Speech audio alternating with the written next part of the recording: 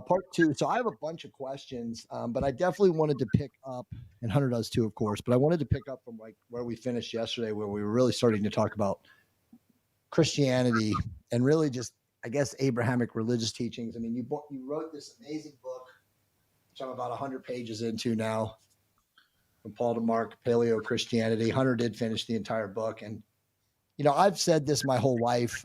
When I was 6 years old, I was raised Catholic. When I was 6 years old, I ran out of the back of Catholic church, and my dad chased me out of the back, and he was like, "Where are you going?" And I literally said at 6, away from that cult. And the idea that I was 6 years old and I understood that it was that, and how it was just so baffling to me, always told me. And ever since then, I've always just been like against most of the teachings. Like you, I've studied it pretty deeply. I took Latin throughout high school. So there was a lot of like, Roman Catholic, Latin, Roman imperialism. I knew all that stuff, but it never sat with me. And, obviously Hunter was also raised Christian, not Southern Baptist, Hunter.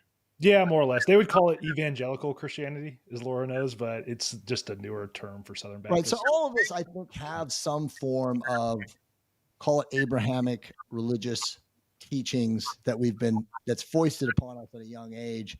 And obviously some of us have resisted it, but then some of us can't, right? Because of our parents and because of the people in our communities and whatnot. But can you kind of just share, your thoughts about at what point you really learned, because obviously your books in the Wave talk about, your ex-husband and how you were really attempting to be a good Southern Christian woman and, practice the teachings and all that stuff. But like, at what point did you realize that all was not what it seemed? That was a bizarre experience.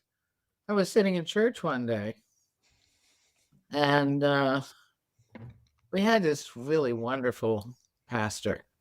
And this was not a Methodist church. This was a Church of God. You know that one. And he had the most marvelous voice, and he was very educated, and his wife was lovely, and she played the piano beautifully, and their daughter was just, cute as she could be, and they dressed so beautifully. And of course, this church had a really nice parsonage, a really beautiful house that was attached to the church. I mean, not physically attached, but came with the job of being the pastor there. And he could pray like nobody you ever heard in your life. I swear to God, he could stand, and he was good looking. I mean, the women just loved him. And he was standing up there, and he was praying and carrying on, and I was sitting there, and all of a sudden I had this sensation like I was sinking underwater. And you know how when you're underwater and you hear things very strange, if they're very loud outside the water, you kind of hear it in an echoey kind of way. So it felt like I was sinking underwater and hearing things very strangely. And all of a sudden, his words just became garbled nonsense. And I thought maybe my blood sugar was dropping or something.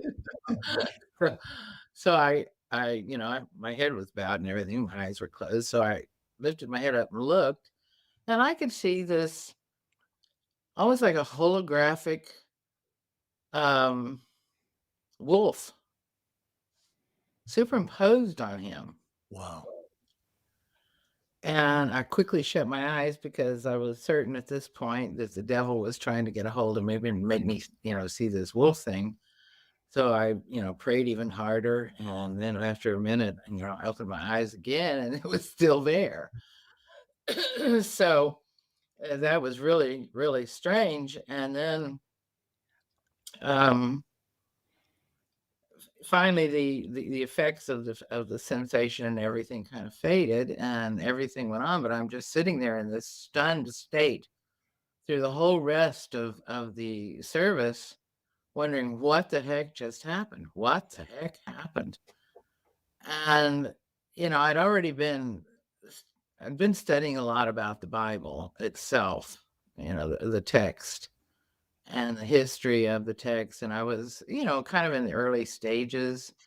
And I learned that things like, the last, few verses of one of the Gospels wasn't present in the original text, but it somehow got into the King James Version.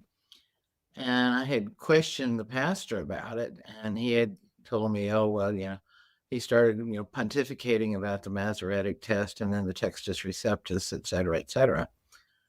So, that had happened. But anyway, so I already was having questions. Mhm. So nothing happened until the following week when we went to church. And when we arrived, all people were standing around outside, milling about. I couldn't figure out what was going on. And we got out to find out, what was going on. And there was, finally people told us that the pastor wasn't there and he wasn't at home. His car was gone. His family was gone with him. And it turned out, to make a long story short, that he and his wife and daughter had basically done the midnight flip. And they took all the money from the church account. I mean, he had just received his pay, and then they also emptied out the church account. Wow. And as it turned out, because I attended one of the board of directors meetings within a couple of weeks, to try to figure out what to do about this, because they needed to get another pastor right away. And it kind of turned out that, he had, I guess you'd call it a yacht, a big cabin cruiser that he'd paid for with church funds, and they'd been taking holidays, vacations, all these kind of things, expensive restaurants and a lot of expensive clothing that the church had been paying for through, the church bank account on top of what he was being paid. So all of that transpired, and I sat there and thought, what I saw was the truth. Really was. It was a wolf in sheep's he was a wolf in sheep's clothing, because the sheep's clothing was his, attractive appearance, the appearance of his family, all of the whole thing that was the way he presented himself to the church. And that's not the only, visionary type experience I've had, but that one was particularly associated with that. And at that point, I just stopped going to church. I stopped. I didn't want any. Oh, well, there was another incident. We did try to go to another church, Foursquare Baptist, and I said something during a Bible study class. It wasn't even a service. It was, and I raised my hand and asked a question, and the pastor looked at me like I, was green or something. Then he started clapping his hands. And everybody that was in the room along with him started clapping their hands like this, just to basically drown me out, so I wouldn't say anything else. And I thought, Wow. what kind of place is it where you can't ask a sincere question and can't get, any kind of consideration for your concerns? Because if you have concerns about the text, okay, oh, I remember what it was. It was the chapter in Acts that talks about the Paul's shipwreck, and where they were talking about they fetched a compass, and he'd been talking about, well, you need to go down into the cabin and get the compass so you know which way you're going. I happen to know that it was a nautical term that meant sailing in a circle. Fetching a compass means is Elizabethan English for sailing in a circle, because when you're in a storm, you don't know how far off you are, and if you know you're in a relatively safe place, you just sail around in a circle until the storm dies down, and then you don't get thrown up against the rocks. And I had made this comment and said, basically what you're teaching is not, quite accurate.